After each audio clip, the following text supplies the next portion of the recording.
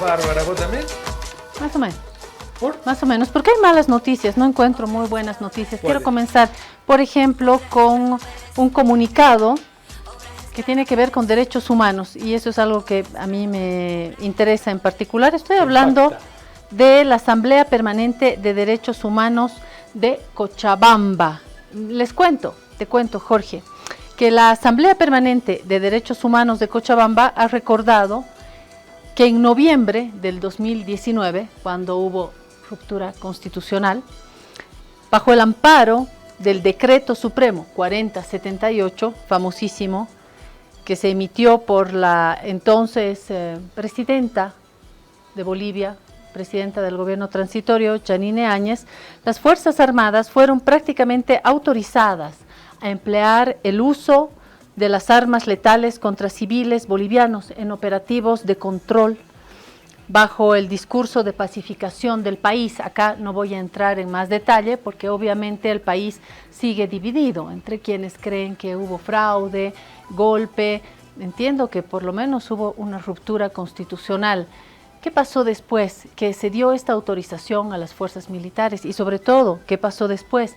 Que hubo víctimas, que hubo muertes en el país, y entiendo que esto es lo que está subrayando la Asamblea Permanente de Derechos Humanos de Cochabamba. Mientras en las calles y en las instituciones civiles se debatía el marco legítimo y legal de aquel gobierno, aquel decreto abre las puertas a la impunidad para que las Fuerzas Armadas impongan su orden por medio de tanquetas, metrallas, aviones. Les recuerdo que esto ha sucedido hace no mucho tiempo, estoy hablando del 2019 al 20, que se han vivido estos episodios durísimos para el conjunto del país.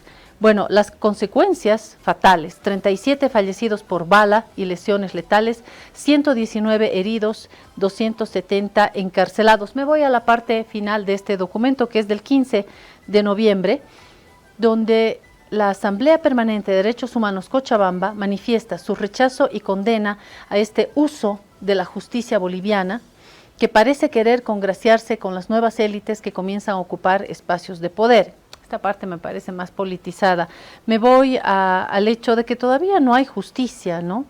Se exige que no quede en la impunidad, y esto es lo que yo subrayo, que no quede en la impunidad, que los responsables asuman la responsabilidad jurídica y política sobre la masacre de noviembre del 2019. Subrayo esto porque creo que nos merecemos esclarecer, sancionar, esté el gobierno que esté.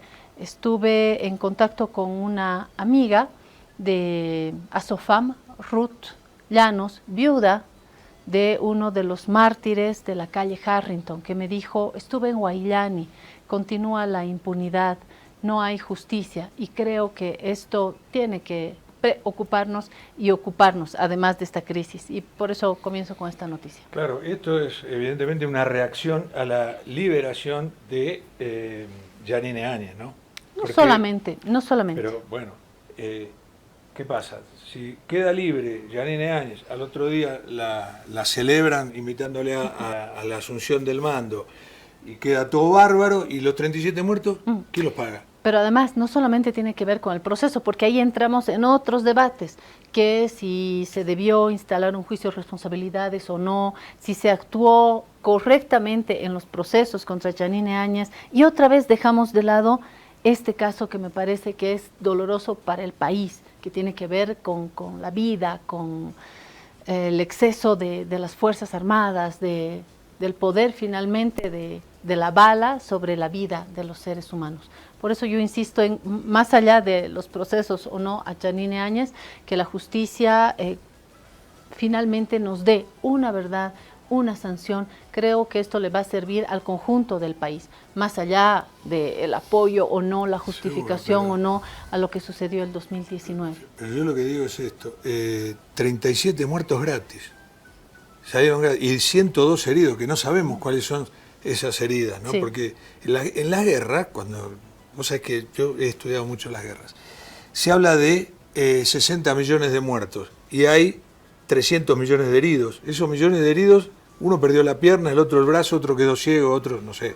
Entonces, los heridos también cuentan. Sí. Son 37 muertos que no pueden quedar así, totalmente impunes. Sí, y es decir, impunes los matadores, los victimarios. En la región subrayo estos otros dos temas que también nos sirven para tener información y para de pronto asumir una posición, porque hay polémica. Juristas de 36 países condenan la agresión de Estados Unidos contra Venezuela.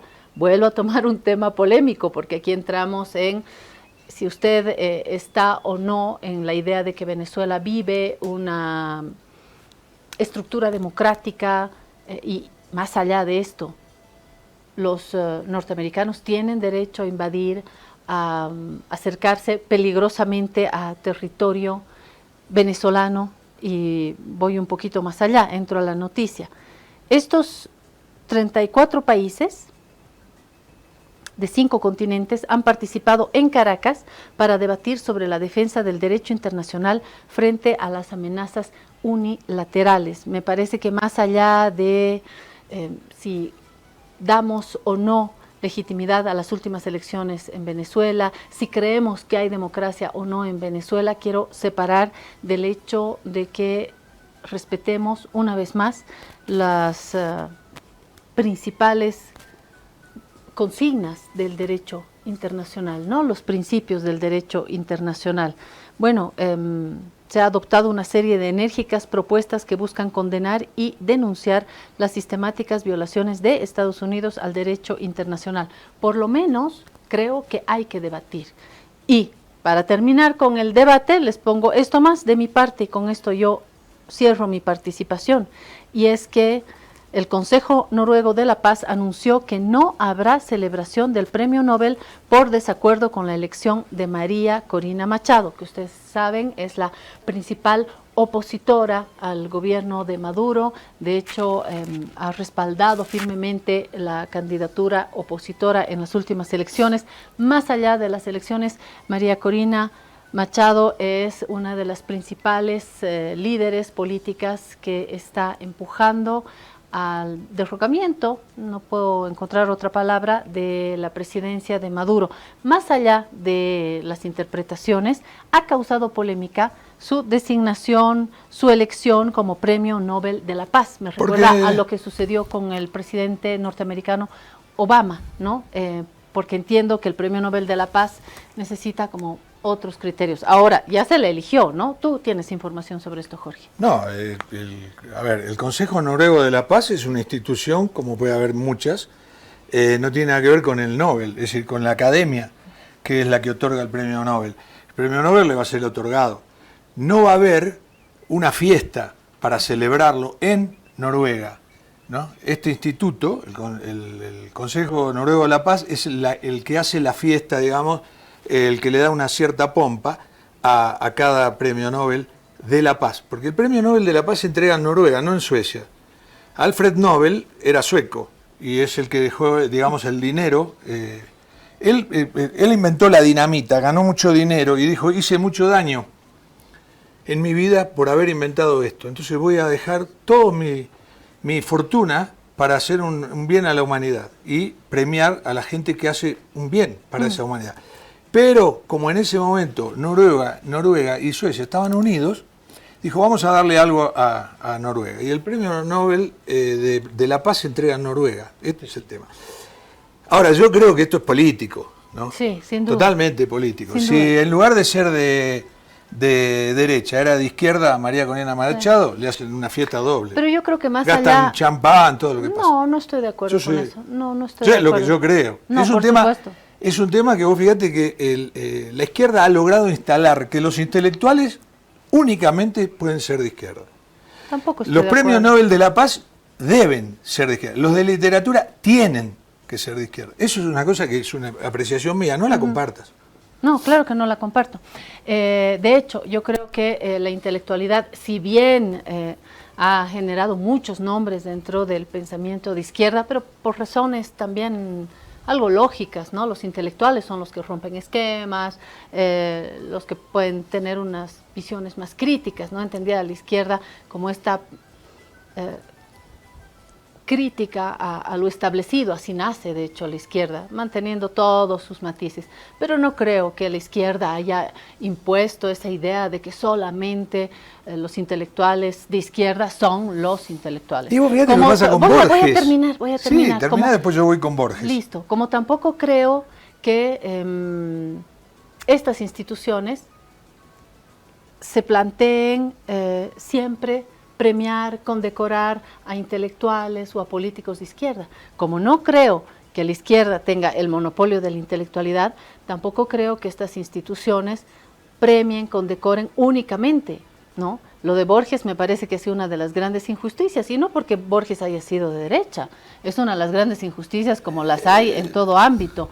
De lo contrario, no se habría dado un premio Nobel de literatura a Mario Vargas Llosa, que era lo más conservador de lo Pero conservador. a veces no tienen otro remedio. ¿No? Y creo que tienen que haber, y con esto termino, otros criterios para determinar un premio Nobel de la Paz.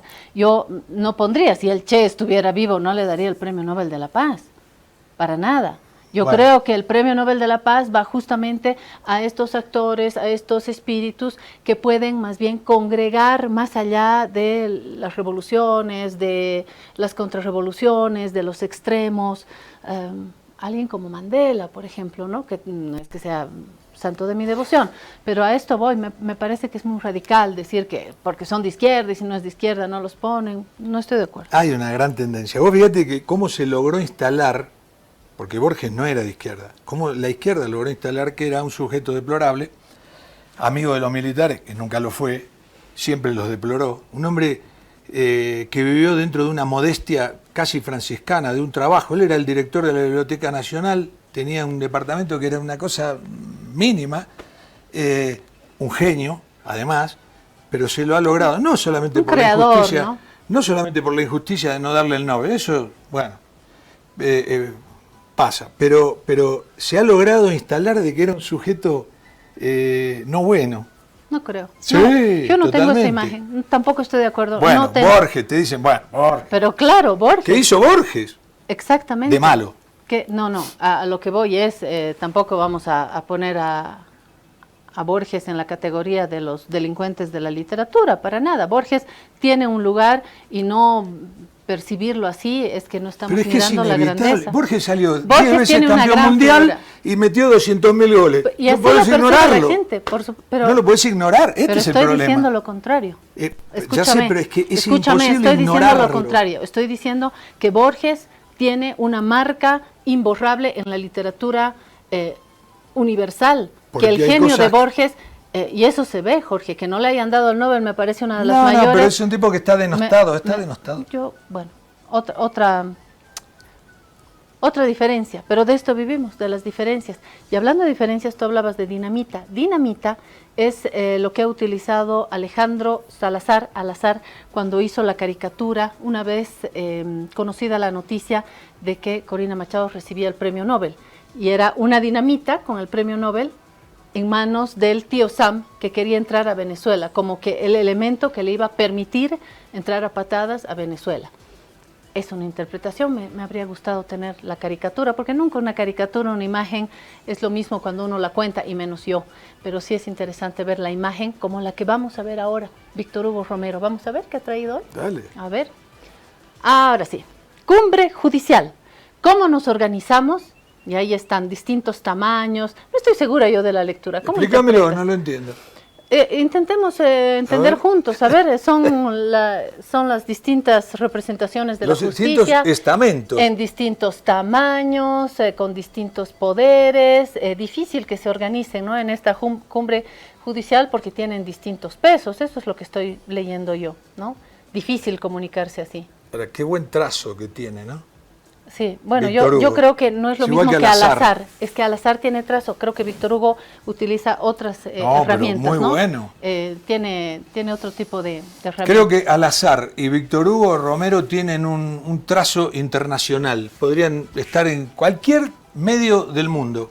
Bueno, son buenísimos. y por los dos. nuestras diferencias ya nos hemos comido 15 minutos del programa y yo tengo muchas preguntas para Hugo San Martín, que está llegando al programa. ¿De qué vamos a hablar con él? Es de política. Vamos a establecer más diferencias con Todas las que quiera. exdiputados, sí, para eso estamos. ¿De qué vamos a hablar con él? De las elecciones en Chile. Se va a segunda vuelta. Además, ¿qué segunda vuelta? Es una segunda Ahora vuelta. sí, la derecha, la izquierda. Realmente Chile está confrontada a dos visiones de país, a dos modelos de Chile. Y vamos a hablar de la primera semana. Ya va una semana del gobierno de Rodrigo Paz y Edman Lara, y yo creo que es momento de hacer un balance. Se dice que llegan medidas. ¿Lo compartimos con nuestro Sí, invitado? porque, mira, el miércoles es 19, va a ser un mes que ganaron las elecciones. Todavía no hay un anuncio. Uno. No. Voy a salir en defensa del gobierno. Todo lo no que es mi quieras, papel, yo te voy pero- a pelotear. Claro, pero es que un ratito, acaban de ingresar, la posesión ha sido el domingo pasado. Pero está bien, pero el 19 ganaron, el 20 empezaron a trabajar, decir, bueno, vamos a hacer esto, vamos a hacer el otro. Un anuncio, aunque sea. Bueno, se lo vamos a preguntar a Hugo San Martín, que conoce de la política. Después de esta pausa agradecemos a nuestros auspiciadores. Vamos. Si te resfrías, consigue alivio de día y descanso reparador de noche con Refrianex comprimidos día y noche. Refrianex, siempre contigo en cada momento. ¿Navidad? Pero si todavía falta. ¡Ah! Activando modo Navidad de Banco Proden. Hola Bolivia, ya estamos en plena época de lluvia, pero de lluvia de premios de Banco Prode. Ya entregamos 240 premios y más de 1 millón de bolivianos. Y la lluvia de premios no se detiene. Tenemos sorteos hasta mayo de 2026 y más de 1.700.000 bolivianos para regalar en toda Bolivia, en áreas urbanas y rurales, para que nadie se quede fuera. Incrementa tus ahorros y si no tienes tu Procuenta, corre y abre una, porque cuando llueven Prode, ¡ganan todos! Banco Prodem. Esta entidad es supervisada por ASFI. Actividad autorizada y fiscalizada por la Autoridad de Juegos. Ahora estás viendo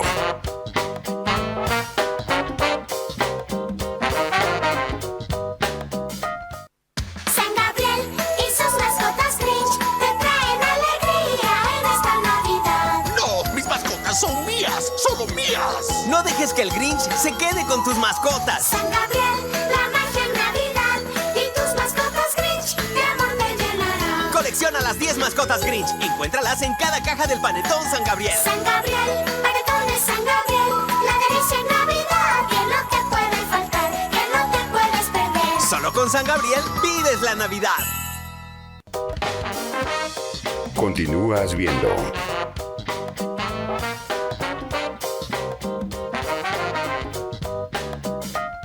Trata la gripe y la tos seca con una cápsula blanda y efectiva. Alivíate con Refrianex Tos. Refrianex, siempre contigo en cada momento. ¿Navidad? Pero si todavía falta. ¡Ah!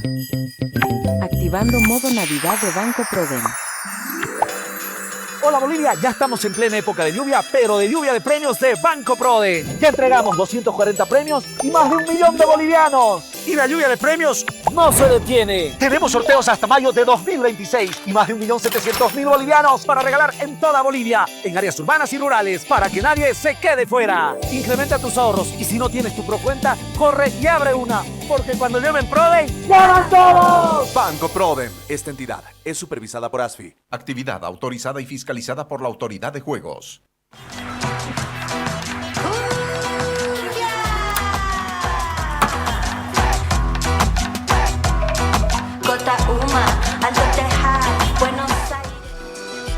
Muy bien, comenzamos con la llave de la guarida, que hoy estará en manos de Hugo San Martín. Primera vez en la guarida y esperemos tenerlo muy a menudo.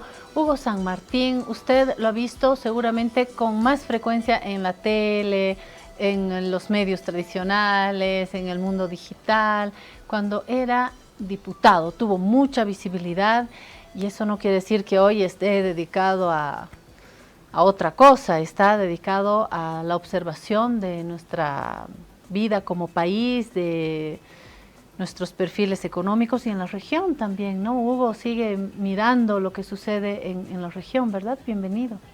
Bueno, gracias Jorge, gracias Claudia.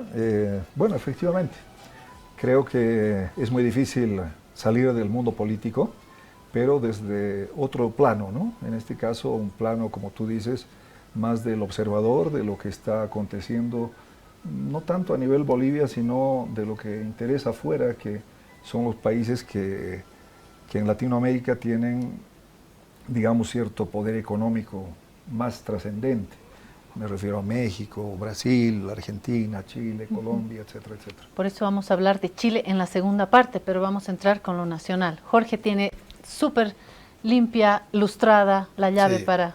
Hugo, es la primera vez que estás con nosotros en esta guarida. Esta es la llave, que el símbolo de nuestro programa, la llave de la hospitalidad, de la amistad, y te la queremos entregar y que te sientas bien. Sobre todo eso es lo que nos gusta y por eso le hemos puesto este nombre, la guarida, donde todos podemos hablar lo que nos gusta. Y esta es la llave de la guarida. Esta es la llave. Bueno, te sacas una copia y luego vienes sin tocar la puerta. Ah, excelente. Gracias, Hugo. Muy bonita la simbología. ¿Verdad? Bueno, además Jorge me dijo que íbamos a hablar de fútbol.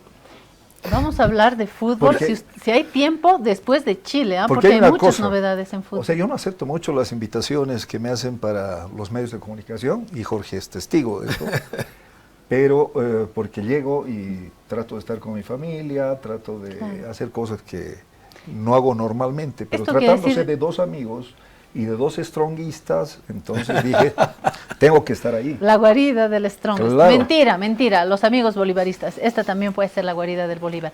Hugo, ¿esto quiere decir que estás a menudo fuera del país? Sí, haciendo consultorías, como te digo, observando Latinoamérica.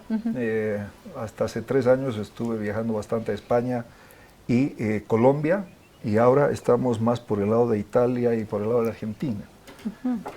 Podemos hablar de Argentina. Qué bueno esto que decís, porque ¿cómo ves Latinoamérica? Yo la veo mal.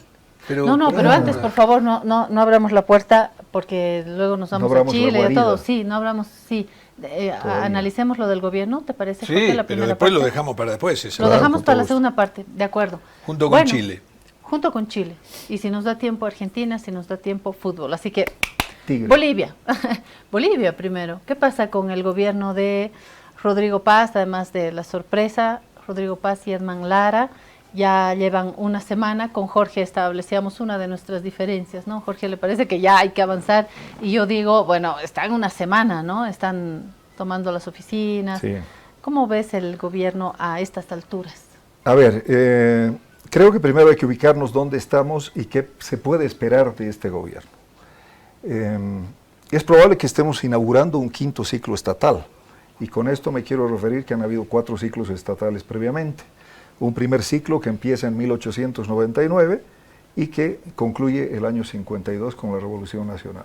Todo ciclo estatal tiene un periodo de vigencia, un periodo de altas y naturalmente un periodo de decadencia donde se expresan un conjunto de crisis que hacen que ese modelo esté agotado.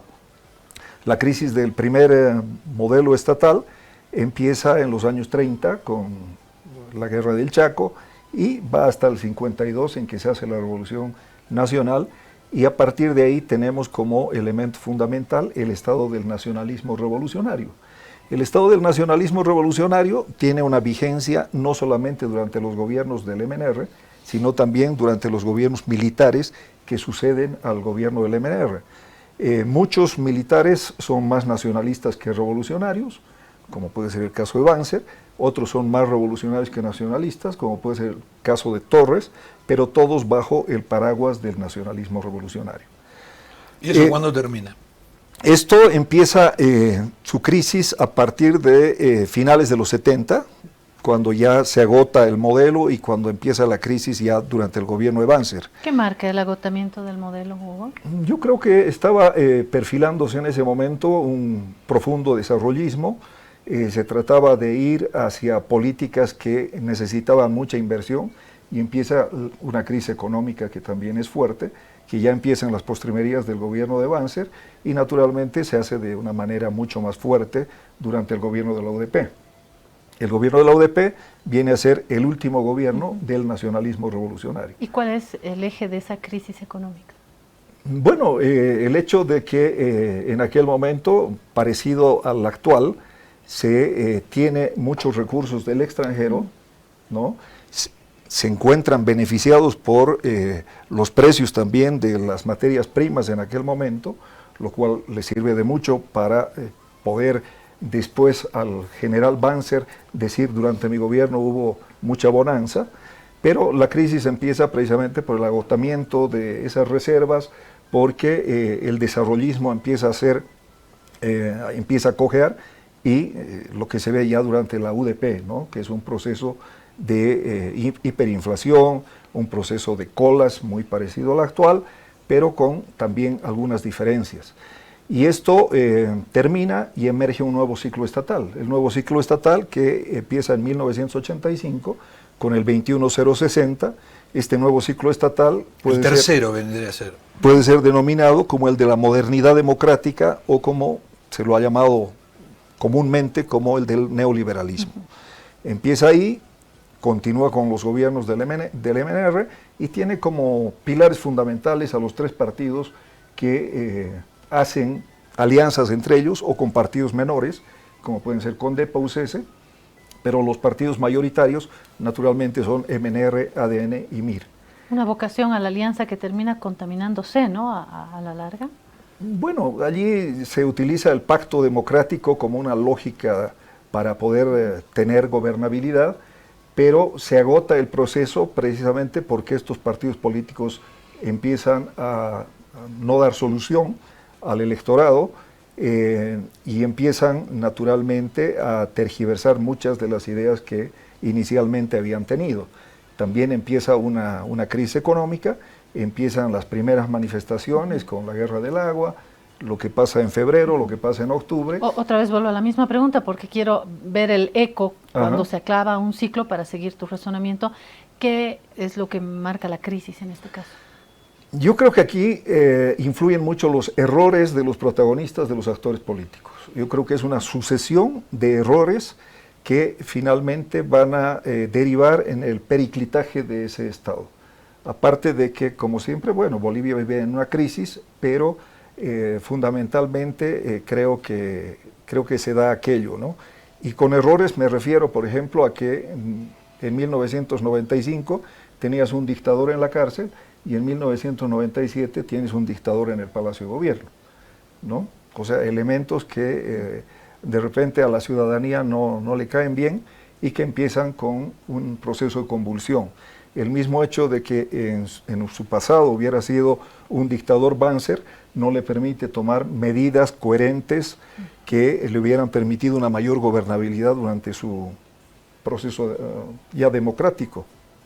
Entonces ahí empieza la crisis de este Estado que se manifiesta ya con el segundo gobierno de Sánchez de Lozada, cuando vemos febrero, cuando vemos octubre, y quienes podían cambiar, digamos, este nuevo ciclo estatal, que era el gobierno de Carlos Mesa, no lo hace tampoco, ¿no? Entonces Carlos Mesa es todavía parte de la crisis de ese Estado.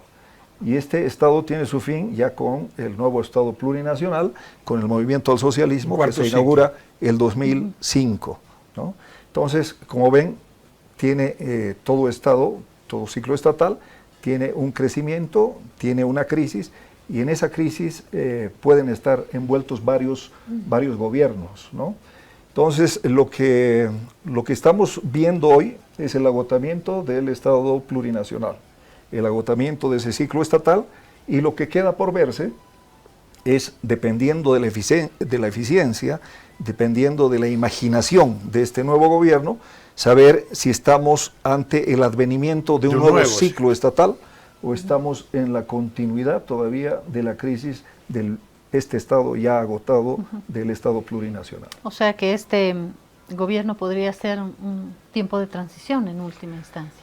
Dependiendo de cómo lo haga, tiene la gran oportunidad histórica de convertirse en un portador, en un protagonista que genere este nuevo ciclo estatal, que sería el quinto, o bien podría ser la continuidad de una crisis de Estado que todavía puede tener su manifestación en los siguientes años. Fue una sorpresa y nos puede seguir dando sorpresas porque Rodrigo Paz no era uno de los candidatos con un perfil visible en términos de mayorías electorales. De hecho, se le acusó de no tener plan, de no dar un horizonte claro, como lo tenía, por ejemplo, Tuto Quiroga, que el país lo conoce y sabe qué quiere, sabe qué piensa, sabe qué podría hacer. Y en el camino se encuentra con Edman Lara, otro descubrimiento en la política, que de hecho tenía que ser candidato de Jaime Dum. Se encuentran, se produce ese clic y logran dar la gran sorpresa, ¿no? Llevándose muchos pedazos, dicen varios analistas, de lo que quedó del movimiento al socialismo en sus distintas divisiones, ¿no? Desde el levismo, que sigue ahí, expresó en el voto nulo, pero los pedazos de Arce, los pedazos que dejó Andrónico, Eva Copa, qué sé yo, plantean un mundo popular que de pronto toma esta opción. Muchos dicen más por la vía Edman Lara que por la vía Rodrigo Paz. ¿Dónde voy? Al hecho de que esta fuerza política no trae un perfil preestablecido, no tiene un recorrido largo, claro, me da la sensación de que se va haciendo en el camino. Tan es así que hoy miramos y está la mano de Doria Medina, está Lupo ahí, está Espinosa en economía, tenemos también un apoyo en lo legislativo de Libre, están actores políticos que como que se acercan porque hay una afinidad ideológica, se acercan todos anti-más, por supuesto, con la Biblia anti-más y están conformando algo. Me parece que es algo que se hace en el camino, que la carga se va acomodando en el camino. ¿Te suena coherente esto? Sí, sí. A ver, evidentemente Rodrigo no aparecía en ninguna de las encuestas previas, ¿no? Pero yo creo que las encuestas ya desde el año pasado te decían algo que es contundente, que era la primera oportunidad que tenía la oposición para triunfar después de 20 años, ¿no? Eso era de manera contundente. Y lo que hace el estratega Durán Barba, el estratega ecuatoriano de Tuto, es pergeñar una estrategia en este sentido, diciendo, bueno, en una segunda vuelta, cualquiera que vaya contra alguien del MAS va a ganar, ¿no? Cualquier opositor que vaya contra alguien del MAS va a ganar. Ahí está la votación, ahí está la base y ahí está el sustento. A principios de año y a fines de diciembre del año pasado, las primeras encuestas, sin embargo, no te demostraban de que era Tuto Quiroga el que estaba en primer lugar. Te demostraban de que era Manfred Reyes Villa, en diciembre y en enero de este año. Entonces, ¿qué es lo que hace Durán Barba dentro de su estrategia? Es la guerra sucia contra Manfred Reyes Villa, para bajarlo. Entonces, te dice, él es masista, él no va a hacer ningún cambio, él ha llegado a acuerdos con el MAS para poder liderar. Y después que lo baja a Reyes Villa, ¿qué hace? Y después de bajarlo a Reyes Villa, hacen las encuestas y tampoco es Tuto Quiroga el que está primero. Es Samuel Doria Medina el que está primero y segundo lugar Tuto Quiroga. Entonces tienen que bajarlo a Doria Medina. Y sobre Doria Medina le llueve lo mismo. Le dicen... Y a todo esto iba subiendo... Sí. Usted era... Rodrigo. Usted es masista, usted es vicepresidente de la Internacional Socialista y las redes sociales se prestan además para eso, para difundir y amplificar ese mensaje. Hacen la encuesta correspondiente, bueno, Tuto estaba ahí y quizá el único error, pero un error mortal, lapidario, de Durán Barba es el hecho de no haber considerado que podía venir el de segunda vuelta no del sector masista, sino de un sector de oposición que pueda ganar la masa. Esa bolsa. Ahora, entonces, una pregunta que vamos a cortar acá porque todo el mundo habla de Durán Barba. ¿Es un genio o qué? Yo creo que es un hombre que sabe hacer estrategia política. Porque o sea que en todas las elecciones sí. lo contratan a Durán Barba como si fuera Messi Sí. y le pagan 3 millones de dólares, yo qué sé. Entonces digo, ¿es un talento verdaderamente? Yo he tenido bastantes discusiones con gente que cree que no lo es.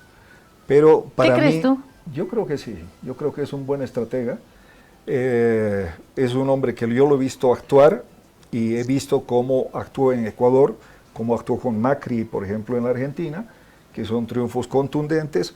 Veo el análisis político que hace y considero que es un análisis político válido, y lo que estaba haciendo aquí era algo que le estaba dando resultados, ¿no es cierto? Hasta, como les digo, el error mortal de no haber visto la emergencia de Rodrigo Paz. Pasa que también, Cuando- o sea, las encuestas lo daban quinto. Claro. Es que Se hacían a debates eso y no, voy. y no figuraba. A eso voy. Acá hemos hablado N veces de las encuestas. Y tú planteas, las encuestas dicen, luego viene las encuestas dicen, bajan a las encuestas dicen, y yo digo, ¿y crees en las encuestas? Porque Sí. la última vez... Creo en las encuestas que hacen, las encuestas, que hacen todos, porque son, las encuestas dieron un es resultado una base totalmente científica, diferente. ¿no es cierto? Ahora, lo que te muestran al público ya es otra cosa. Claro, las encuestas como tales, O sea cuando que vos las haces encuestas que en nos una mesa mostraron chica, claro, a los o sea, terrestres no pero eran en las esas- encuestas. En esas encuestas nunca apareció Rodrigo, ya en las postrimerías. Yo creo lo que dijo Rodrigo Paz. En las encuestas gana el que las paga. Yo creo que en partes es así, o sea, cuando te muestran a la opinión pública. O sea, Las encuestas que ellos manejan saben exactamente claro, dónde están Hugo, ubicados. cuando tú dices porque las se estarían encuestas, mintiendo. estás hablando de las encuestas que manejan élites políticas, Claro, electorales, empresariales. no Chicas. las que yo veo en Unitel o en claro, otro claro. Las canal. empresas ordenan encuestas que vos no te enterás, son privadas, pero y los partidos políticos también lo hacen. Esas no te enterás. Las que salen al público, bueno, Ahora, en toda encuesta hay una votación oculta, ¿no? Y creo que el voto oculto se manifestó de manera contundente en estas elecciones con Rodrigo Paz. Sí. sí, pero eso fue en la primera vuelta. Y en la segunda, Ah, no, que en también la le daban segunda- 8.4 de No, pero diferencia. Ya la segunda fue pues algo totalmente fuera Una de vergüenza. lugar, claro, claro. Las O sea, públicas, ¿ah? No las públicas, encuestas. naturalmente, pero por eso empezó la guerra sucia contra Paz, ¿no es cierto? Claro. Porque sabían que él estaba en primer lugar y tenían que bajarlo como habían bajado los otros dos, solo que esta vez no pudieron porque la guerra sucia daba resultado en algún tipo de gente con cierta predisposición, con cierta personalidad.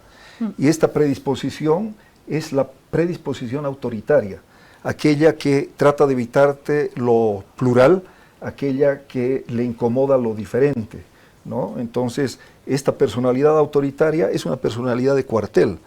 Y cuando te digo personalidad Qué de buena cuartel, definición. es que son sumisos con el que está arriba, pero son prepotentes con el que está abajo. Entonces, yo me he peleado con mucha gente durante la campaña, amigos muy, muy íntimos, que de repente los veía difundiendo la guerra sucia, ya sea contra Manfred, ya sea contra Samuel o ya sea contra Rodrigo, pero de una manera militante y además creyente. Y veías que eran mentiras que no se sostenían, ¿no es cierto?, en la realidad, pero para ellos sí. Y esa es la eficiencia, la eficacia, digamos, de este tipo de ideas que lanzan, porque la guerra sucia no está dirigida pues así en general. La guerra sucia va dirigida a la mente del elector y saben con qué entrarle. Este tema yo ya lo estudié hace 7 años atrás cuando hice un libro que se llamaba La guerra híbrida rusa sobre Occidente, y ver cómo la influencia de las redes sociales rusas afectan de repente determinadas elecciones, entran a ser contestatarias a temas que se mueven en Occidente y que te influyen de manera determinante. Ahí están las elecciones demócratas en Estados Unidos, el tema de Cataluña en España, en Italia, el tema el referéndum que hubo, en fin, una serie de elementos que te muestran cómo esta influencia a través de redes sociales es contundente, ¿no? Y lo hemos visto en esta última experiencia electoral en Bolivia. A analizar también, al lado de los medios tradicionales, lo que sucede en las redes sociales y lo que sucede en la calle, que a veces se pierde de vista del espectro del análisis electoral. a lo que vinimos. Ahora sí, ya está Rodrigo ahí, ya está Edman Lara ahí, ya están sus diferencias, ya está el gabinete, primera semana. Me parece que han desplegado primero una estrategia de demostrar que lo que encontraron es un campo absolutamente bombardeado. Es decir, soy la última en defender el gobierno de Arce, pero me da la sensación de que están inflando las cosas diciendo esto es cloaca, ¿no? Primero era Estado tranca, después Estado tranca, dije, por favor, esto es una cloaca. Después cloaca, dije, no, esto... Es que yo creo que eso y los veo, ¿Qué viene pero después me de parece... cloaca? Sí, realmente. Una Y le palabra están que tal vez subiendo no se la puede decir. el volumen totalmente. Y me parece que le están subiendo el volumen también para poner un colchón que sea más suave al momento de entrar con sus propias medidas o para que en el contraste se vea con más aplausos lo que vayan a hacer en un momento de altísima crisis. Reitero, Arce no es defendible por ningún lado, menos en la economía, ¿no? Ni en la economía, ni en la política, ni en el desgaste institucional, ni en el comportamiento individual, ni de su familia, para nada. Pero parece que salimos de la guerra, o sea, que llegaron y encontraron sapos por doquier. Habrá sapos, pero tampoco estamos nadando entre batracios. Me da la sensación que también hay una actitud política. Yo ¿sí? creo que lastimosamente nos hemos encontrado con un Estado totalmente en pedazos. Se han desperdiciado muchos años en los cuales Bolivia, creo, hubiera podido experimentar un crecimiento muy importante. No se han hecho nuevas exploraciones en el campo gasífero. Creo que se han invertido muy mal los recursos. Creo que ha habido mucha corrupción, altísima corrupción. Y bueno, esto es lo que estamos viendo hoy en día. Creo que como nunca, o quizá muy parecido a lo que pasaba el 85, hemos vuelto a ver colas para gasolina, colas para comprar alimentos, etcétera, etcétera. Y creo que esto evidencia que es un parangón con lo que ha pasado el 85. Ahora, ¿cómo ¿En el 85 era peor que esto? A ver, en el tema de la canasta familiar, quizás ha sido un poco más impactante, ¿no? O sea, porque tenías colas diarias para la carne, colas diarias para el pan, colas diarias para todos los... ¿Y la inflación? Y la inflación, bueno, que era la segunda inflación a nivel internacional después de la Alemania de la posguerra. Ahora ya nos han superado otros países, ¿no es cierto?, después de 30 años, pero en aquel momento era la segunda hiperinflación más grande que había tenido la humanidad en todo este tiempo. Terrible. Ahora, que la de Argentina. Sí, claro que sí. Creo que solamente hay un país africano que en este momento nos gana. Nigeria. Y creo que Venezuela. Una gran inflación. Y creo que Venezuela, ¿no? De ahí está el parangón también con lo que ha sucedido ideológicamente durante este tiempo. Ahora, ¿en qué estriba la diferencia? Que también es determinante y es una de las cosas que tocaban ustedes en el análisis previo que hacían. Yo creo que el monopolio del uso de la fuerza estaba institucionalmente más respetado el 85. Cuando se da la marcha por la vida, no corre una sola bala, ¿no es cierto? Pero hay militares en las carreteras que evitan que aquel proceso pueda ser un proceso de convulsión. Y los sectores mineros que estaban manifestándose en algún momento fueron repelidos de una manera totalmente quirúrgica, podríamos decir. Cuando me refiero al monopolio del uso de la fuerza, me refiero a que hay dos instituciones que tienen ese monopolio, que son las Fuerzas Armadas y es la policía, para poder garantizar el Estado de Derecho, para poder garantizar la normatividad jurídica dentro de un Estado. Y lo hicieron en aquel momento. Hoy yo creo que eso es muy difícil poderlo hacer de esa forma porque hemos tenido una serie de hechos en el último tiempo, desde octubre o desde la guerra del agua, durante el gobierno de Banzer, que nos demuestran que la pulcritud se ha perdido o que los movimientos sociales se han exacerbado, ¿no? Y el otro elemento fundamental es el tema de que en aquel momento estaban en ciernes los partidos políticos, pero ya eran partidos políticos que eran mediadores entre sociedad civil y Estado, y que por lo tanto te servían de mucho como mediadores. Sí, una de las cosas que yo tengo muy poco tiempo en Bolivia, un poco más de 4 años, pero me llama la atención, no hay partidos políticos. No hay. O son siglas, alguien que se junta, por eso dice, se juntaron Paz y Lara, pero es que todos se juntan así, ¿no? Son siglas, líderes políticos que emergen y que de repente no te generan ese espacio que tiene que haber en toda sociedad democrática, en todo Estado de Derecho, que es el sistema de partidos políticos. Vamos a la composición y a las señales, ya para no analizar la cloaca, sino ir al futuro. La composición del gabinete, con varias críticas a Justiniano por su origen y la cartera en la que está, a Branko Marinkovic, las redes están repletas de cuestionamientos a Branko Marinkovic. Hablar de la composición del gabinete, representaciones de dónde, intereses de dónde, porque siempre hay intereses en todo gobierno, y las medidas que se han ido planteando, y se anuncia una conferencia de prensa ya con las primeras medidas. ¿Sabes algo, Hugo? A ver, primero lo que señalas, yo creo que un gabinete es determinante para un gobierno, ¿no? Las señales que puedas dar a partir de tu gabinete, a partir de los hombres del presidente, es nunca mejor dicho, porque son gran mayoría de hombres y pocas mujeres. Son ¿no? mensajes que son determinantes, y yo he vivido la experiencia de Gonzalo Sánchez de Lozada en sus 2 periodos, y te puedo decir que son muy marcadas las diferencias del primer periodo y del segundo periodo, ¿no? El primer periodo, yo creo que los hombres del presidente eran muchos. Cuando digo hombres me refiero en general, haciendo alusión además a un libro muy conocido a nivel internacional, pero me refiero a que tuvieron mucha capacidad, mucha eficiencia, gente que era escogida para poder cumplir con los objetivos que tenía, claro, un determinado cuadro. Un gabinete de calidad. Claro, donde podías además juntar lo tecnocrático, que es importante, con lo político, que también es importante en un gabinete. El segundo gabinete de Sánchez Lozada ya dejaba mucho que desear, o sea, me refiero a su segundo periodo, ¿no? Yo creo que hay una gran diferencia entre el primer Sánchez de Lozada y el segundo Sánchez de Lozada, que después va a derivar precisamente en todo lo que conlleva la crisis que tenemos de aquel ciclo estatal, y las diferencias son fundamentales, y principalmente en los cargos que fue buscando, claro, y los hombres o mujeres que fueron buscando para que sean las autoridades. ¿Y qué dices de este primer Rodrigo Paz, con muchos hombres, pocas mujeres?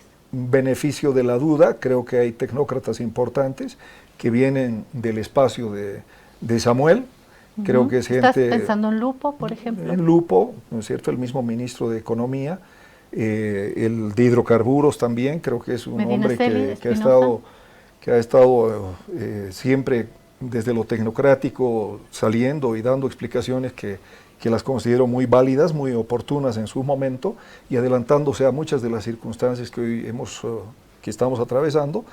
Y por otro lado, creo que el componente político también está presente, con la presencia del ministro de Gobierno, un hombre que tiene una experiencia dilatada en el campo político. Mirista, ¿no?, de origen. Y el propio ministro de Defensa, ¿no?, Marcelo Salinas, que es un hombre que muy ligado al derecho y que también tiene mucha experiencia, que hasta también aquí ha todo sido bien, Hugo. Viceministro de Jaime Paz en su momento, en el Ministerio de Gobierno. Hasta ahí sí, y bueno, las otras señales, bueno, el Parlamento no tiene mucho que ver el Ejecutivo, ¿no? En el Parlamento se dan el tema de comisiones, ahí es donde sale la figura de Branco, que no creo que sea un tema que se hubiera discutido a nivel del Ejecutivo, ese es un tema autónomo a través del Legislativo. Entonces, es lo que veo. Pero de momento les doy el beneficio de la duda. Quizá el lugar donde puede haber cierto cuestionamiento es ahí, ¿no? En ese nombre, pero a ver, veamos. Donde se dice que hubo más bien una señal de Lara, ¿no? Sí. Fuerza de Lara. No conozco en detalle cuál es el proceso que se le seguía al ministro actual de Justicia, pero por la defensa que hace el vicepresidente Lara, parece que es un hombre de extrema confianza de él. El problema fue que Rodrigo se llenó la boca durante la campaña para decir que se eliminaba el Ministerio de Justicia y desafió a Tuto Quiroga, desafió a Samuel Doria Medina, y cuando le toca llegar al poder no tiene mejor idea que quedarse con el Ministerio de Justicia, ¿no? Eso le... Bueno, todavía no hay nada dicho, ¿no? Hay muchos ministros que están todavía de interinos y que yo asumo va a ser hasta que salga una nueva ley del Poder Ejecutivo, donde se defina la composición que va a tener todo el Poder Ejecutivo ya definitivamente. De momento creo que ha pasado apenas una semana. Creo que estamos en una sociedad muy líquida donde se esperan además respuestas permanentes, respuestas inmediatas, pero no nos olvidemos que, por ejemplo, el 85, la primera gran medida que fue el 21060 fue el 29 de agosto. O sea, se posesiona el gobierno el 6 de agosto y recién el 29 de agosto viene la gran medida que significa... Era una medida muy pesada. Pero había que pensarla bien. Se supone que aquí están pensando también en unas medidas bastante pesadas porque lo que se ha heredado creo que no es lo mejor. Factor Lara fue el personaje en la elección y ya ha tenido sus capítulos como vicepresidente. ¿Cómo lo ves y qué peso le das en el gobierno? Fenómeno político que creo que hay que tomarlo en cuenta, hay que tomarlo en consideración. Lo que nosotros vemos naturalmente... Alguien dijo acá fuera de cámaras, acaba de nacer el Chávez boliviano, el Hugo Chávez boliviano, ¿tanto así? No creo que tenga las ideas de Chávez, ¿no? Creo que más bien va por el lado más de respeto del Estado de Derecho, respeto a la democracia. Claro, pero en cuanto a liderazgo, yo creo que... Sí, en cuanto a liderazgo, no sé, hay que ver, pero creo que es un fenómeno político interesante que amerita un mayor estudio en profundidad. Creo que muchas de las cosas, como la que sale ayer respecto al tema de la esposa, es parte de en lo que él se ha movido, que puede disgustarnos a muchos que somos de clase media, muchos electores que no votaron precisamente por él, pero hay mucha gente que fue parte de su comunidad de TikTok, de sus redes sociales, durante los últimos 6 años, que lo han acompañado en todo, y no creo que a ellos les disguste mucho la forma en la cual se hace público de repente lo íntimo, ¿no? Porque el TikTok es eso, básicamente. Bueno, público y luego se desmiente, ¿no? Creo que bueno, eso quedó en la nebulosa, porque hay muchos dicen que es inteligencia artificial, pero es difícil que fuera... He escuchado más de una vez, entre ayer y hoy, decir, ya no sé qué creer. Ya no sé qué creer, y eso es tremendo y forma parte de estas consecuencias. Ahora, si vos sos Rodrigo Paz y ves, estás en tu casa tomando el café a las 8 de la mañana y te dicen, ¿viste lo que puso el TikTok de Lara? No, ¿qué es? Y ves el TikTok de Lara, ¿no? Que, bueno, mi mujer me engañó con mi mejor amigo, yo qué sé. Te agarras la cabeza, pero no porque dijo eso, sino porque ante la menor infidencia, ante la menor secreto que hay en este estado, puede salir en TikTok a los 10 minutos. Sí. Bueno, en todo caso es parte del mundo que vivimos hoy. Sí, lo mismo con la policía, ¿no?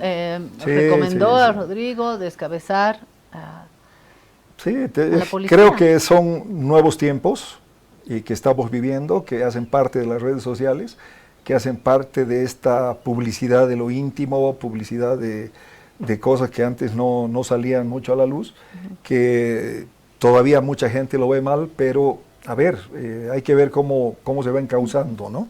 Creo que esa es la lógica. Es un nuevo tiempo. ¿Quieren cortar unos flecos más con el gobierno o nos vamos a Chile? Vamos a Chile. Vámonos a Chile, bueno. Vamos a Chile, que es fresquito. Segunda vuelta. Sí, muy interesante lo que ha sucedido, aunque ya las encuestas ahí sí señalaban que iba a ser esto, lo que iba a pasar. Quizá en el único lugar donde no coincidían las encuestas era en el tercer lugar, donde no es Kaiser el que llega, sino es Pelosi, si no me equivoco, que es el nombre de... Parisi. Parisi. Y le vamos a pedir a producción si nos pone ¿cómo se llama? Los resultados de Chile, que los tenemos, pero mientras seguimos... Se sabía que la señora Jara iba a ganar en esta primera vuelta, como se cree, se estima, y que hay una alta posibilidad de que en la segunda vuelta va a ganar la derecha, ¿no? ¿A qué le atribuyes? Ahí están los resultados.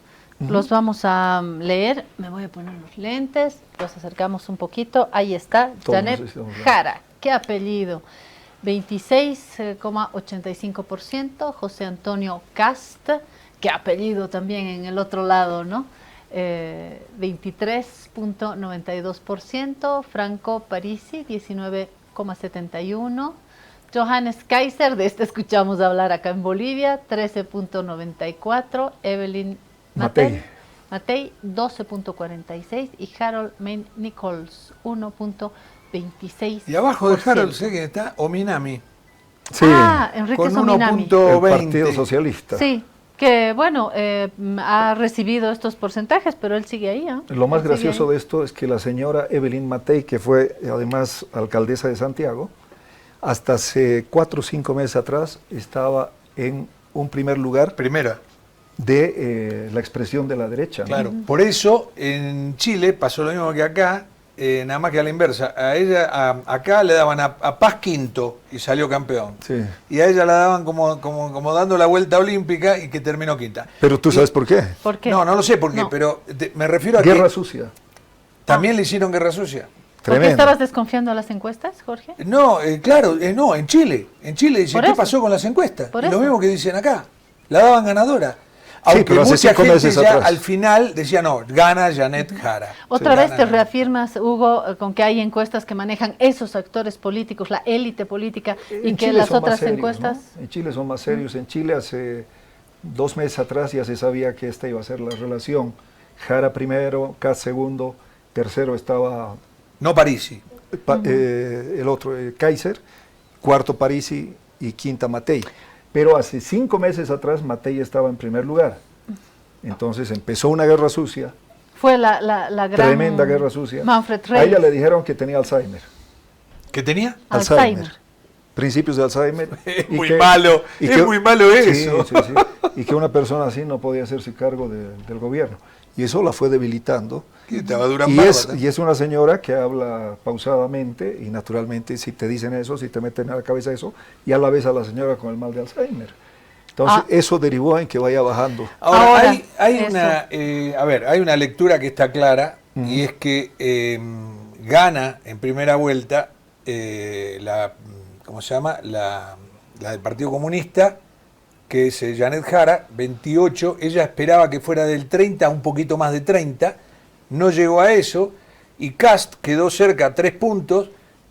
También Kaiser, que está muy cerca, entre Kaiser, Kast Matei, que ya le dio y su Matei apoyo. llegan al 51. Se le puede agregar el 1 y pico por ciento de Harold May Nichols y en total se calcula que no debería ganar en segunda Es lo vuelta. que dijeron los medios internacionales, sobre todo, que tenía más perspectivas de ganar un primer lugar Jara, pero que en una segunda vuelta tiene más perspectivas Kast. Así es. Vamos Yo hacia creo que eso. eso es lo que va a suceder. Entonces vamos a Entonces un vas Chile tener otra vez un gobierno más a la de derecha. también en Chile. Vas a tener un gobierno de derecha en Chile, gobierno de derecha en Argentina. Un gobierno de centro, si quieres un poco más ligado a la derecha aquí en Bolivia. Sí. Y bueno, o sea, Yo le diría derecha la nomás. reconfiguración a nivel regional ya es otra, ¿no? Sí, y en Ecuador, a propósito Bueno, de... en Ecuador también tenemos a la derecha. Exactamente. Y en Colombia tenemos elecciones el próximo año y lastimosamente parece que Petro, por todos los desaciertos que viene cometiendo, tampoco va a ser... En va a Ecuador, tener la posibilidad de en designar el a su Ecuador candidato. de Noboa, Ujú. dijeron Ayer se hizo un no referéndum. a las bases Sí. en este referéndum, a eso voy, se dijo no a las bases militares extranjeras. ¿Cómo leemos esto? Millones de ecuatorianos rechazaron eliminar la prohibición de establecer las bases militares extranjeras en el territorio nacional y la elaboración de una nueva constitución nacional en un referéndum y consulta popular impulsados por el propio Hay una base. presidente Hay una Daniel base norteamericana No, en Manta. Ya no hay, ya la deshizo Correa. Entonces, la levantó, claro, la levantó ¿cómo Correa. lees esto? Yo creo que no sé si llamar una derrota del presidente, porque sus 4 preguntas fueron al agua, todas terminaron en no. Es un duro revés, sí, ¿no? Porque él confiaba mucho en la reforma constitucional para hacer una serie de medidas, pero es un revés. Lo que no implica de que sea un revés que no le permita una gobernabilidad hacia adelante, ¿no? Pero naturalmente puede tener algunas consecuencias. Jorge había iniciado la entrevista y yo lo corté cuando dijo, ¿cómo ves la región? Terminemos con la pregunta añadiendo, ¿la región va a la derecha? La región creo que ha dejado la izquierda. Eso es importante, ha dejado el socialismo del siglo XXI. Creo que la crisis de Venezuela evidencia aquello. Creo que la imagen de Chávez, la imagen de Maduro más bien no es la misma imagen de Chávez. muchos desaciertos en el manejo del gobierno y naturalmente creo que a partir de ahora tenemos una reconfiguración a nivel regional totalmente distinta a la que conocíamos hasta hace 5 años atrás. ¿Y México? Bueno, México está fuerte la señora Sheinbaum, pese a las manifestaciones últimas que hemos tenido en el Zócalo en contra de su gobierno, pero ella tiene una alta favorabilidad, por encima del 70%. ¿Cómo la percibes como líder política? Bueno, a mí no me gusta mucho porque no es muy respetuosa, digamos, de las normas básicas del Estado de Derecho, del sistema democrático, como yo lo concibo, ¿no es cierto? Pero, bueno, hay que reconocer que tiene un liderazgo interesante, que tiene una favorabilidad que es mayor inclusive a la que tuvo después de un año de gobierno que López Obrador, lo cual te muestra que está ingresando a sectores que antes no le eran tan favorables, ¿no? Hugo, hablaste de que sos consultor, estás involucrado en este momento con Italia, donde está Meloni, y con Argentina, donde está Milei. Lo que nos importa, en este caso por cercanía, es Argentina. ¿Cómo lo ves? Bueno, Argentina es como una rueda. Como un electrocardiograma. Sí, sí, que va de arriba para abajo, ¿no? Yo creo que hasta el mes de marzo, por ejemplo, Milei tenía las más altas favorabilidades a nivel continental, a nivel regional.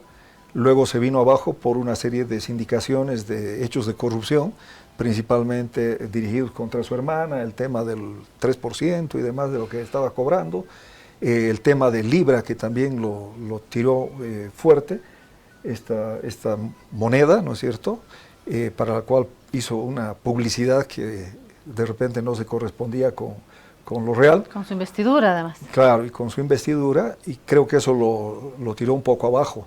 Él confiaba mucho en estas elecciones de octubre y a nivel de lo que pasó en la provincia de Buenos Aires fue lapidario para él, porque se veía ya un agotamiento muy rápido de su gobierno, pero las elecciones de fin de mes de octubre le sirvieron otra vez de catapulta, luego del swap de Estados Unidos, ¿no?, de los 20.000 millones de dólares, que es algo que también hay que tomarlo en cuenta, porque aquí es una pelea encarnizada entre la visión geoeconómica de China y la visión geoeconómica de Estados Unidos. Y creo que Estados Unidos no quiere perder a la Argentina y le está poniendo esos 20.000 millones como parte de una estrategia muy grande, pero además para que deje de lado lo que es Huawei, lo que tiene que ver con la inversión china en su momento, ¿no? Primera vez que nombramos a Estados Unidos, pero está obviamente presente en la región. Está buenísima la charla, pero tenemos que irnos a una pausa le porque... pedimos, lo comprometemos para un segundo round. Pero va a ser un gusto para una próxima ocasión. Sí, claro. Entonces cuando esté en Bolivia vamos a invitar a Hugo San Martín a estos diálogos que nos enriquecen y que nos da mucho gusto compartir con usted. Como vamos a compartir el siguiente bloque, Hugo San Martín y yo nos vamos para dejar hablar a los que saben de fútbol. Creo que Hugo... No, Hugo, ¿no te querés quedar? Vamos a hablar de fútbol. Sos futbolero. De Ascar Gorta. La próxima. Hablamos del Tigre, de la crisis del Tigre. Bueno, enseguida resolvemos si se queda Hugo, ¿no? El que sí entra es Gringo González y Jorge Barraza para hablar de un grande del fútbol. Este hombre que llegó para enamorarse de Bolivia y Bolivia se ha enamorado también de él. Ascar Gorta, le vamos a dar un adiós con mucho sentimiento. Nos preguntaron el fin de semana, ¿van a hacer algo sobre Ascar Gorta? Claro que vamos a hacer algo. Le vamos a decir adiós con gran agradecimiento, retribuyendo todo lo que nos ha dado Ascar Gorta. Y vamos a hablar también del repechaje después de esta pausa. Si te resfrías, consigue alivio de día, descanso reparador de noche y fortalece tu sistema inmune con Refrianex sobres día y noche. Refrianex, siempre contigo, en cada momento.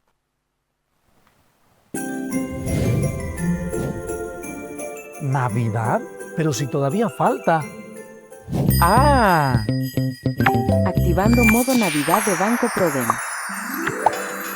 Hola Bolivia, ya estamos en plena época de lluvia, pero de lluvia de premios de Banco Prode. Ya entregamos 240 premios y más de 1 millón de bolivianos. Y la lluvia de premios no se detiene. Tenemos sorteos hasta mayo de 2026 y más de 1.700.000 bolivianos para regalar en toda Bolivia, en áreas urbanas y rurales, para que nadie se quede fuera. Incrementa tus ahorros y si no tienes tu Procuenta, corre y abre una, porque cuando llamen Prodem, ¡llaman todos! Banco Prodem. Esta entidad es supervisada por ASFI. Actividad autorizada y fiscalizada por la Autoridad de Juegos. La Navidad se vive, se siente y se saborea con San Gabriel, el panetón que siempre acompaña tus momentos más felices. Perfecto para compartir, regalar o disfrutar con los que más amas. No te quedes sin el tuyo, haz que tu mesa brille. Solo con San Gabriel vives la Navidad. Ahora estás viendo.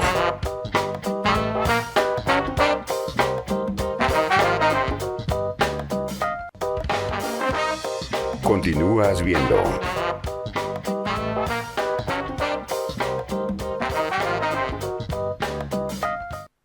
Alivio efectivo a todos los síntomas del resfrío con Refrianex comprimidos tradicionales. Refrianex, siempre contigo en cada momento.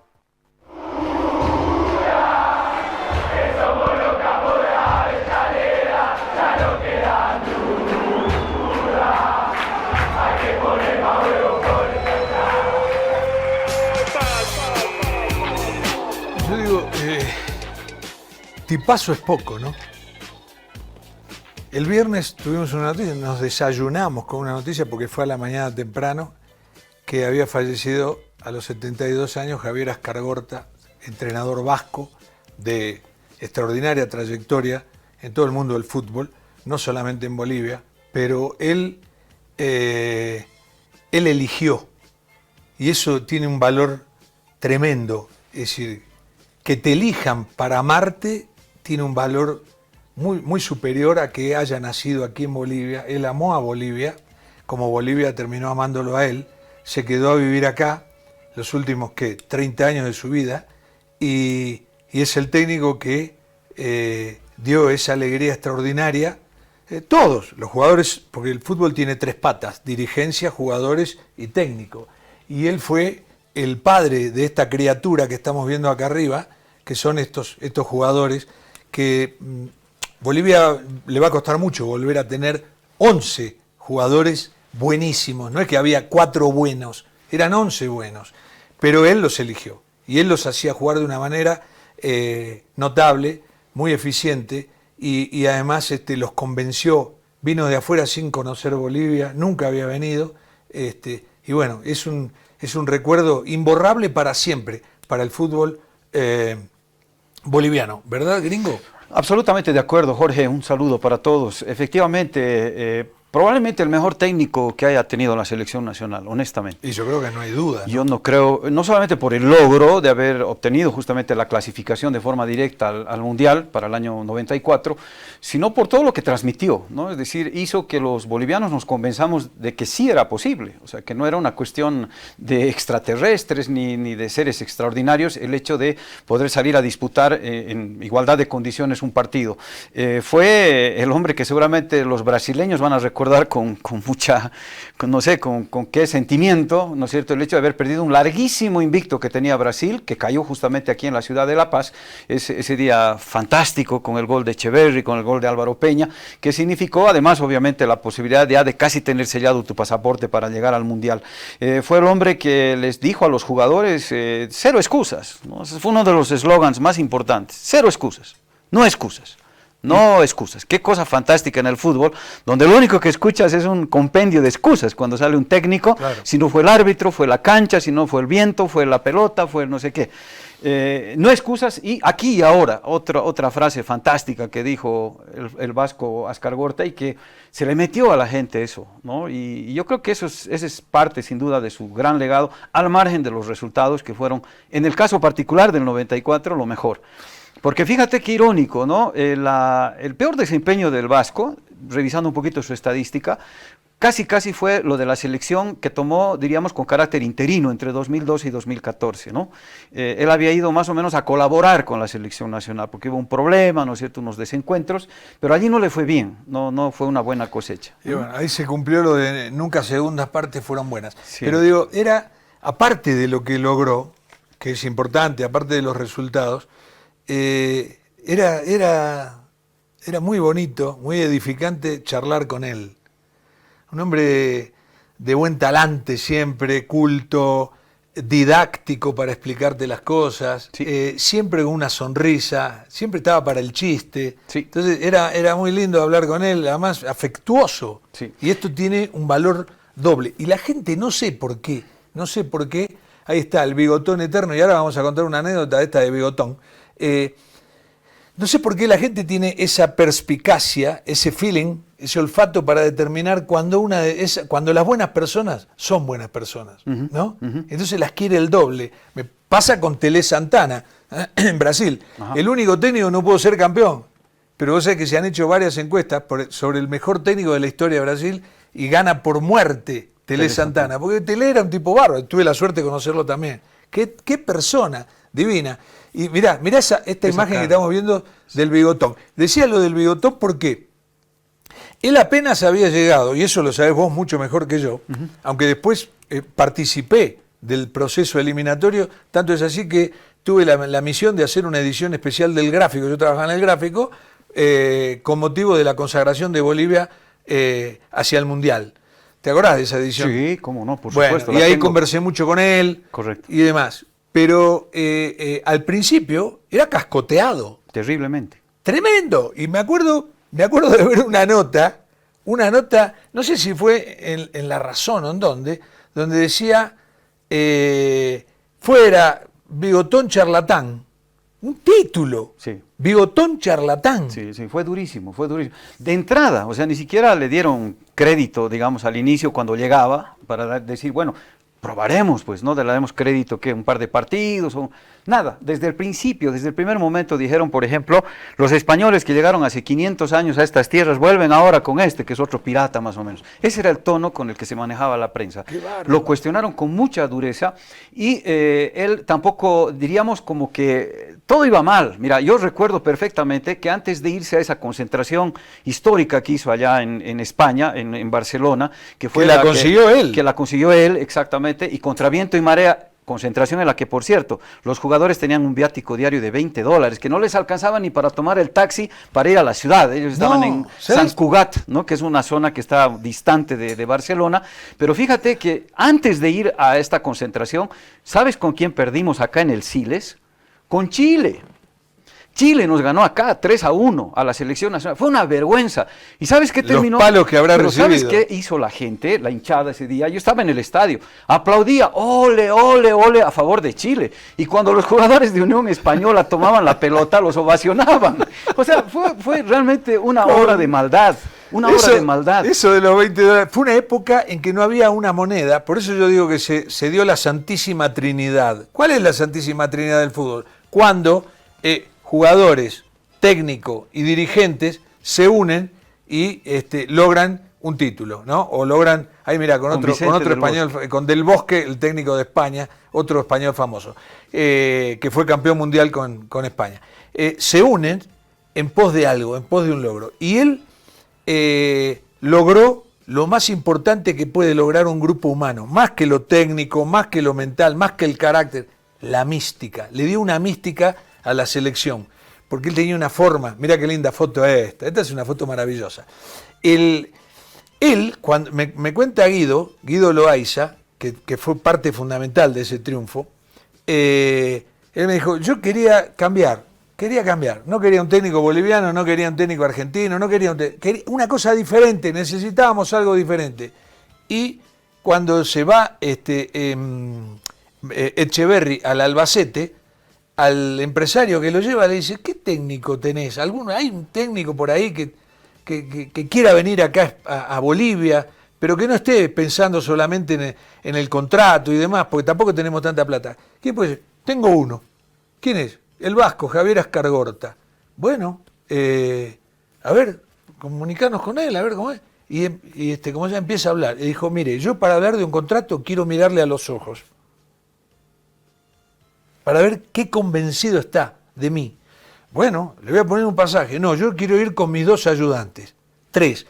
Pero dice Guido, no teníamos una moneda.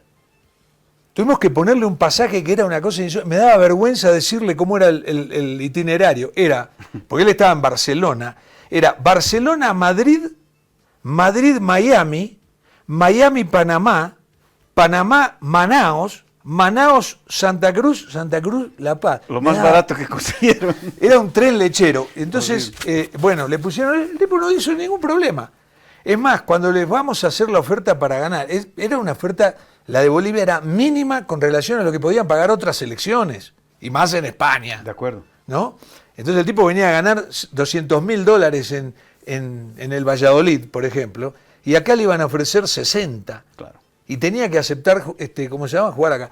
Tipo encantado, le gustó el país desde el primer momento. Ahora, y aceptó. Claro, ahora hubo otro momento complicado, digamos, en su relación con Bolivia, con los hinchas, etcétera, que fue cuando él, a cartón seguido del Mundial del 94, luego de haber participado Bolivia en esa cita, pues acepta la oferta que le hace Chile, ¿no? La Federación Chilena de Fútbol, que es la que lo convoca para que sea su técnico. Venían igual de un periodo crítico, los chilenos no iban bien. Pero te voy a decir algo, si acá los recibieron, como tú dices, a cascotazo, o sea, a piedrazo limpio, lo de Chile, 3/4 de lo mismo, fue durísimo en Chile. Pero hay una anécdota que es muy interesante y que lo pinta posiblemente de cuerpo entero al Vasco. Tenían que jugar la Copa América, se jugaba en Paysandú, esa vez, la sede era Paysandú en Uruguay, y tenían que jugar justamente Bolivia, dirigida ya por Antonio López Abas, que era colaborador de él, lo conocí, ¿verdad? Antonio, otro gran técnico, y Ascargorta en el banquillo de Chile, ¿no? Entonces te cuento que aquí se teje ya... Su mano derecha era Antonio López. Se enfrentaban ellos, pero además Chile-Bolivia, con todo lo que connota ese partido. Resulta que el Vasco se enfermó, le dio supuestamente un aneurisma, que los chilenos no creyeron. Dijeron, este ha huido, este es un cobarde que no ha querido enfrentar. Bueno, terminaron empatando 2-2 ese partido Bolivia y Chile. Pero el Vasco no fue a sentarse al banquillo de Chile el día que enfrentaron a Bolivia. Es casualidad, vaya a saber, queda así como esas leyendas urbanas, ¿no? Claro. Que tienen múltiples interpretaciones, ¿no? Es parte del gesto de Ascargorta. Yo lo recuerdo por un momento muy especial, no sé si los chicos tendrán esa posibilidad de ponerlo. Es un momento glorioso, porque lo entrevistaba uno de los periodistas que en ese momento era uno de los más connotados, ¿no? Muy famoso, y él se caracterizaba por ser siempre bastante agresivo, ¿no? Enrique Salazar se llamaba el tipo, y tenía la conducción del programa Que No Me Pierda. Entonces lo invita un día al Vasco, ¿no? Y empieza a fustigarlo, lo castiga con mucha dureza, ¿verdad? Y le va haciendo una serie de cuestionamientos, ¿no? Le dice, usted es un fracasado, ha venido aquí un técnico español fracasado, etcétera, y le daba con un palo todo el momento. Hasta que un rato de esos ya lo lleva un poco más a lo personal, ¿no? Y lo tienen ese tramito, a ver si podemos recordarlo y después lo explicamos para que la gente entienda bien el contexto. Es muy breve. Escuchen, por favor. La oportunidad de leerlo. Bien. ¿Ya está más tranquilo? No, sigo igual que al principio del programa. Ah, pero se me quiso calentar. No, yo no me quise calentar. Pero no me retracto yo. Quise contestarte a una cosa que tú dijiste. ¿Y por qué no dirigió el Real Madrid usted?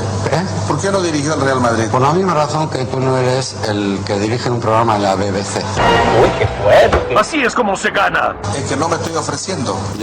Listo. Ese fue un momento glorioso de la televisión nacional. Era el periodista o el entrevistador más pintado en ese momento en la televisión nacional, y Ascargorta lo terminó pegando en el suelo, diríamos, ¿no? Así en términos simbólicos.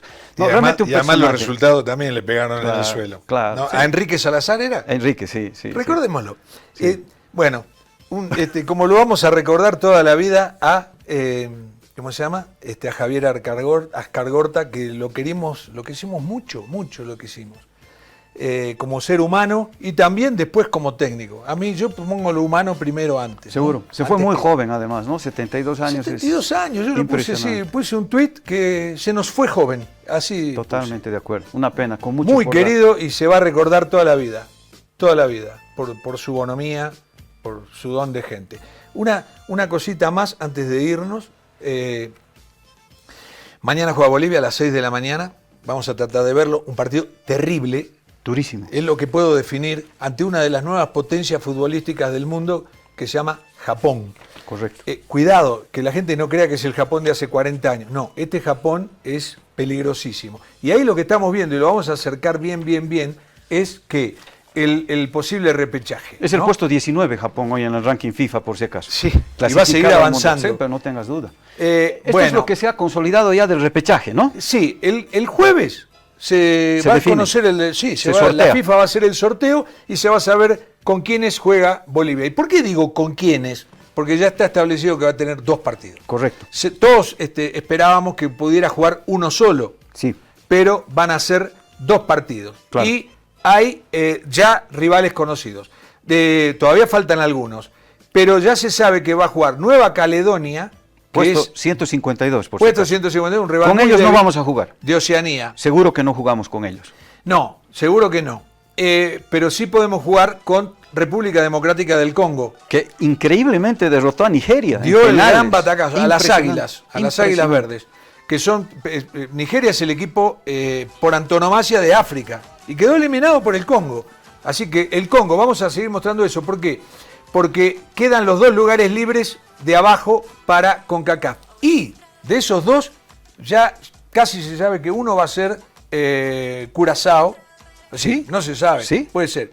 Y el otro puede ser Panamá o Jamaica. Panamá. Dicen que Panamá, que gana Jamaica. Y los otros dicen que gana Surinam a Curazao. Por eso dije que los 2 probables serían Panamá o Curazao. No son rivales temibles para Bolivia. Panamá por el biotipo físico, que son muy fuertes. Panamá nos tiene de hijos, te cuento. Sí. Hay que ver la estadística. Pero... Y tienes Asia, ¿no? Que define mañana Asia, ¿no? Asia define mañana. Que son Emiratos Árabes e Irak, que empataron 1-1 en el partido de ida.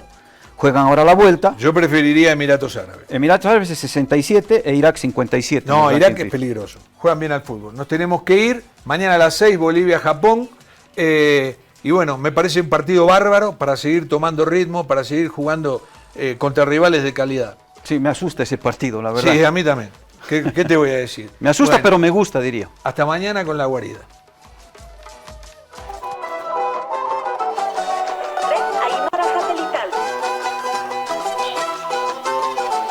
Primer plato, Radio Cutipa.